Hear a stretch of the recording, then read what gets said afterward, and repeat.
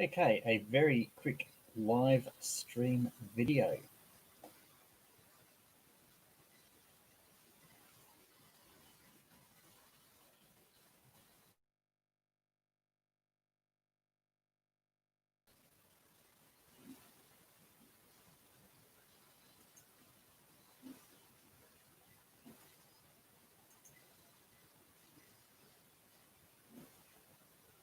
And hello to two people watching. I'll start in a moment.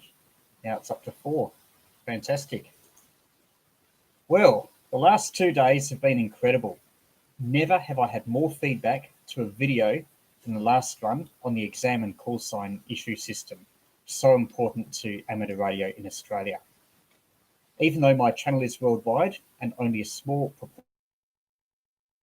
proportion are in VK, it's been amazing. Many comments have appeared in the video's comments section. That's pretty normal. Facebook groups and Reddit. Other feedback has come to me personally, sometimes in confidence, and it's really been the personal feedback has really stood out. Both the volume and the detail was far, far more than what I usually see. It's like maybe like the equivalent of dozens of videos normally. Most people will comment on the video, but I might not necessarily get feedback personally. But yeah, huge amount of personal feedback. So thanks to everyone for that. And I think the video succeeded in telling a story, and it really hit a chord on a topic that is really quite passionate for many amateurs.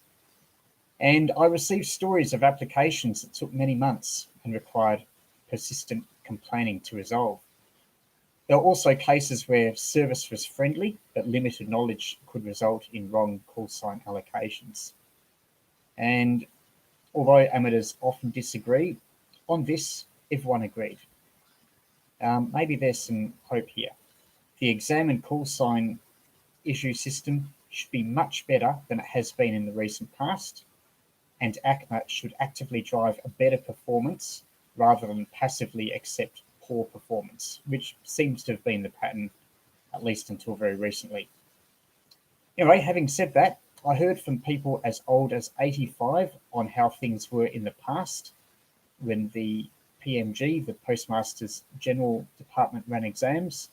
And back then, there were only 2 or 3 exam opportunities per year and long waits for results. So it wasn't a great system back then either. This was back in the 70s, 60s, earlier, with more manual processes and often essay questions. Then in 1975, when the novice license came out, there were likely hundreds of applicants because it was mooted for several years that we would have a novice license. There were delays, and anyway, when they were about to have the first exam, it got delayed. There was a strike, and there were rolling strikes. They went for months and months and months, affected all the amateur exams in 1975, and it wasn't until early 1976 that the exam system got running again and people going for their novice license could. So yeah, there's some quite interesting material on that in back issues of Amateur Radio magazine. I might include a link to those. Anyway, that adds a bit of historical perspective, but it's no excuse for bad performance today. Without modern technology, possibilities and expectations back then were lower, and it was accepted more than a similar interrupted service would be today. Something else, I was fortunate to get one particularly generous offer, much appreciated, but not needed. If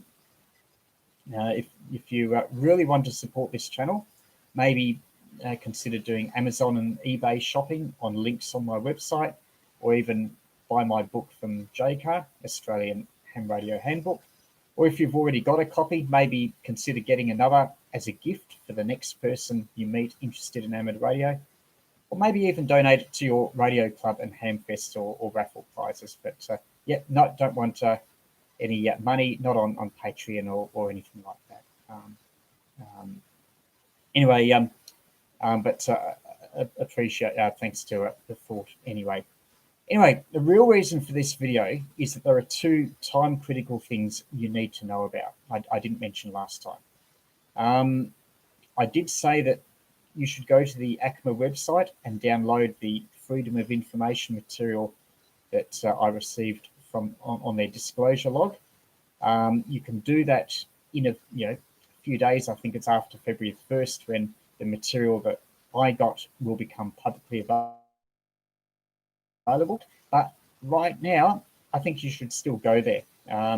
Reason for that, and I should have mentioned this before, is that FOI material is only up for 12 months. After that, it vanishes. If you go to their disclosure log, you'll see that item 73, which is the most recent one to do with amateur radio, will vanish from the 5th of February. 5th of February 2021 is when it will go, only a few days' time. So it was released nearly a year ago, and it will only be up there for a year, so make sure that you get it. It's about amateur call signs, so I think it will be of interest. Make sure you download your copy. Other items of interest are items number 47 and 67, both of them about licensing for exams. Interesting, one of them has a contact email address, so you might want to try that, while the other doesn't. So anyway, that's of interest. Another theme was the quality of representation on behalf of amateurs. This is something that the amateur movement has 100% responsibility for. You can't blame ACMA or AMC for this. This is all of the amateur movement's own making.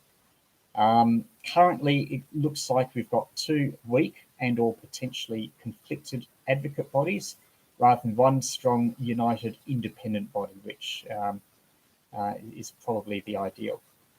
You might be curious why I haven't done any WIA board election videos since 2017.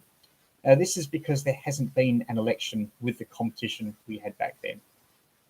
Of note is that although the former WIA reform group, and now some of its people are in RASA, they could have directly nominated if they were WIA members in 2017 or 2018, but they chose not to. Instead, they opted to set up another body that shadows some of the things that the WIA does in things like representation and even now a magazine. Anyway, it's their choice.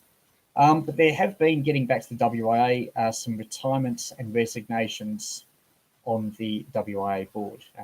This has meant that some board members have been appointments and yet to face a competitive election. An election may or may not happen in 2021, depending on if there have been sufficient nominations. If there are not sufficient nominations, then you can't have an election. Anyway, all this reflects on members' willingness to nominate, whether they think they can make a difference, and even the ease of how easy it is to nominate in the first place. Reason why I mention that is another deadline relevant to WIA members. You've got basically no time to nominate for the 2021 half board election. The details are in the most recent Amateur Radio magazine. The deadline is the 31st of December. The 31st betting practice deadline is earlier than that. And there's also a form on the WIA website. Can be a bit hard to find, but if you go to the part of the website where it's got all the names of the existing board members, right at the bottom of that is the paper form for the nomination, and you have to get another member to sign that as well. Anyway, if you're a WIA member and you think you have something to offer, then this could be your chance. But again, you've got to act immediately. The form must be printed out. It's got to be mailed by express post or hand delivered to reach the office no later than this Friday. Sunday is the 31st, but of course the WIA office wouldn't be open on the weekend if you're going to hand deliver it, and neither would you expect post. So it's really got to be there by this Friday. And as I speak, this is Tuesday morning, so you've got to print it out and get another member to propose your nomination. But you never know, you might just be able to do it in time, especially if you're in the Melbourne area. And so that's something that could be worthwhile if you are a WIA member who has something to offer. Anyway, that's a a quick follow-up from me. Thanks again for watching. I hope we can encourage improvement in amateur example service delivery. I'll stick around for a couple of minutes just to read any comments. So a few people have commented, so hello to everyone there. And, but that's it from me. If there's any further questions, don't appear to be. I'll be watching for a little while, but not very long.